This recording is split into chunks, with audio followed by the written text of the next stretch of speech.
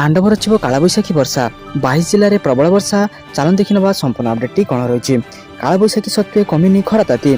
आंचलिक पाणीपाग केन्द्र कही 11 जिला को खरा ताती नहीं अलर्ट जारी कर 11 जिला होउछि बालेश्वर, भद्रक, कटक, खर्दा, मयूरभंज, केन्दुझर, बलांगीर, बौद्ध, जाजपुर, ढेंकानाल और नुआपड़ा। सेपरि 22 जिला को कालबैशाखी वर्षा सह पवन लगी रहिबो। केतक स्थान में कुआपथर वर्षा होबार संभावना रहुछि। से जिलागुड़िक होउछि पुरी, खर्दा, नयागढ़, गंजाम, गजपति, सोनपुर, बौद्ध, नुआपड़ा, बलांगीर, कलाहांडी, कंधमाल, नवरंगपुर, रायगड़ा, कोरापुट, मालकानगिरी, सुंदरगढ़, झारसुगुड़ा, बरगढ़, अनुगुल, ढेंकानाल, केन्दुझर, मयूरभंज में वर्षा हेबो। से समय 40 ରୁ 50 किलोमीटर बेगर पवन बहिबार संभावना रहुछि। 25 तारिख पर पुणी राज्य में ताती बढ़िबो बोली कहिसेंती पाणीपाग विभाग विशेषज्ञ। तो चलन देखिए परवर्ती अपडेट कौन रही। पीएफ अकाउंट्स रे प्रति मास रे मिलिबो एतिकी पेंशन, खाता को आसीबो 7 लाख टंका। तो चलन देखिए संपूर्ण अपडेट कौन रही। सरकार को एही योजना रे निवेशक तांको दरमा ठारू प्रति मास रे पीएफ अकाउंट रे एक निर्दिष्ट राशि जमा करंती। कर्मचारी पीएफ अकाउंट रे जेतिकी कंट्रीब्यूशन करंती कंपनी सेतिकी अवदान देई थाए।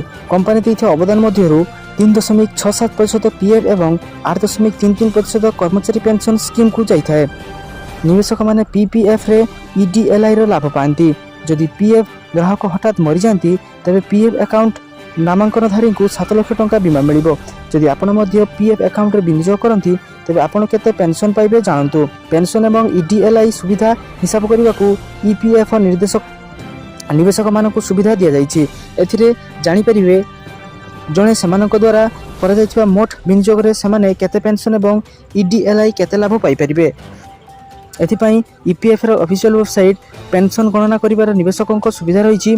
एथिरे तुमे तुमर चाकरी एवं आय विषय सूचना देई परिपक्वता परे केते मासिक पेंशन पाइबो ताहा मध्ये जांच करि परिबो। आपन को पेंशन कैलकुलेटर पृष्ठा खोलिबा को पड़िबो। या पर आपन को आपनकर जन्म तारीख प्रवेश करिबा को पड़िबो एवं चाकरी छाड़िबा भली योगदान भली अन्य समस्त तथ्य मध्ये पूर्ण करिबा को पड़िबो। या पर आपन को सविशेष अपडेट ऑप्शन ऊपर क्लिक करिबा को पड़िबो, जहा फल आपन माने समस्त तथ्य पाइ परिबे। तो चलन देखिए परवर्ती अपडेट कौन रही। अकाउंट को आसीबो 18,000 टंका, यह रही योग्यता। तो चलन देखिए संपूर्ण अपडेट कौन रही।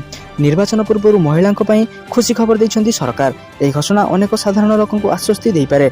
आज्ञा हाँ, महिला को मासिक 18,000 टंका देवा घोषणा करिसेंती राज्य सरकार।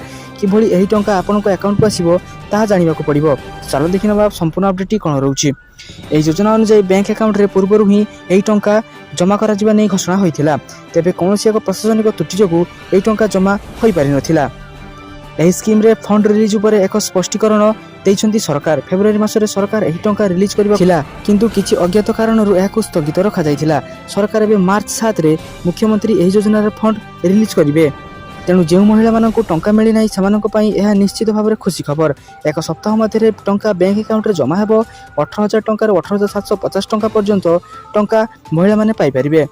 एही योजना अनुसार एससी, एसटी, ओबीसी एवं संख्यालघु जातिर 45 ରୁ 60 वयस्क महिला बैंक अकाउंट रे सरकार सीधा सड़क 18,750 टंका जमा करिवे। साधारणतः एही पांठी हिताधिकारी पूर्व उपलब्ध हेबा उचित।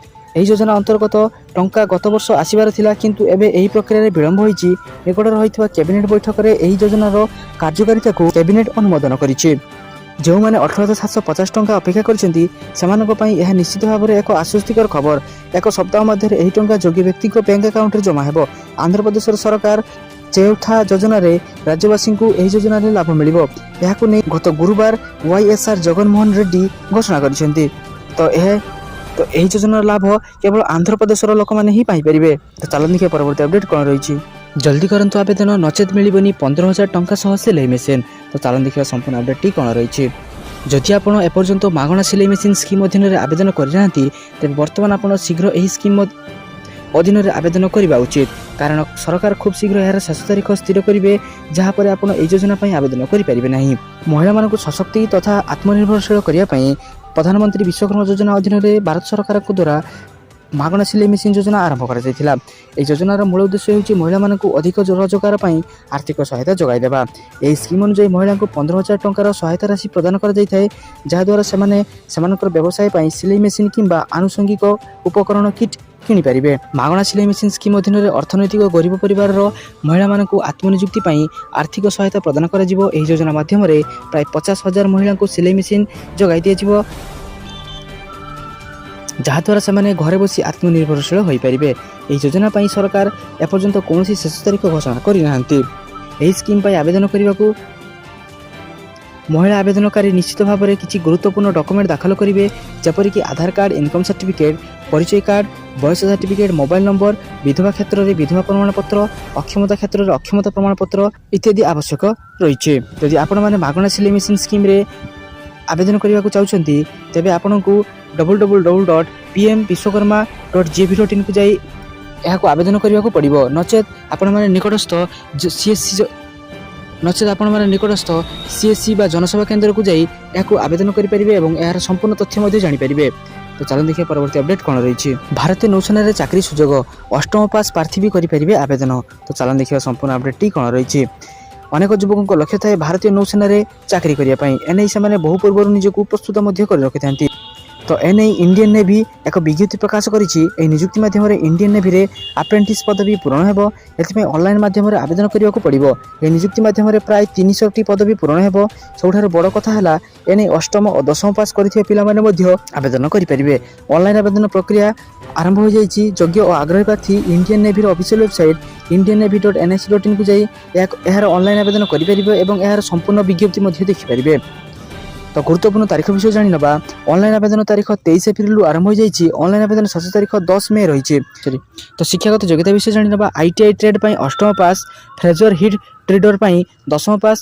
ବିସ୍ତୃତି ଜାଣିବା ପାଇଁ ଏହାର ଅଫିସିଆଲ୍ ୱେବସାଇଟ୍କୁ ଯାଇ ଏହାର ବିଜ୍ଞପ୍ତି ଦେଖିପାରିବେ। ଆବେଦନ ଶୁଳ୍କ ବିଷୟ ଜାଣିନେବା। ତ ସମସ୍ତେ ଏହାକୁ ଦେୟମୁକ୍ତ ଭାବରେ ଆବେଦନ କରିପାରିବେ। ଯୋଗ୍ୟ ଓ ଆଗ୍ରହୀ ପ୍ରାର୍ଥୀମାନେ ଶୀଘ୍ର ଯାଇ ଏହାକୁ ଆବେଦନ କରିନିଅନ୍ତୁ। ତ ସାରାଦିନ ଏପରି ବଛା ବଛା ଏବଂ ଗୁରୁତ୍ୱପୂର୍ଣ୍ଣ ଖବର ଜାଣିବା ପାଇଁ ଆମ ଚ୍ୟାନେଲକୁ ସବସ୍କ୍ରାଇବ୍ ରଖନ୍ତୁ ଏବଂ ଆମ ଭିଡ଼ିଓକୁ ଗୋଟେ ଲାଇକ୍ କରିଦିଅନ୍ତୁ। ଧନ୍ୟବାଦ।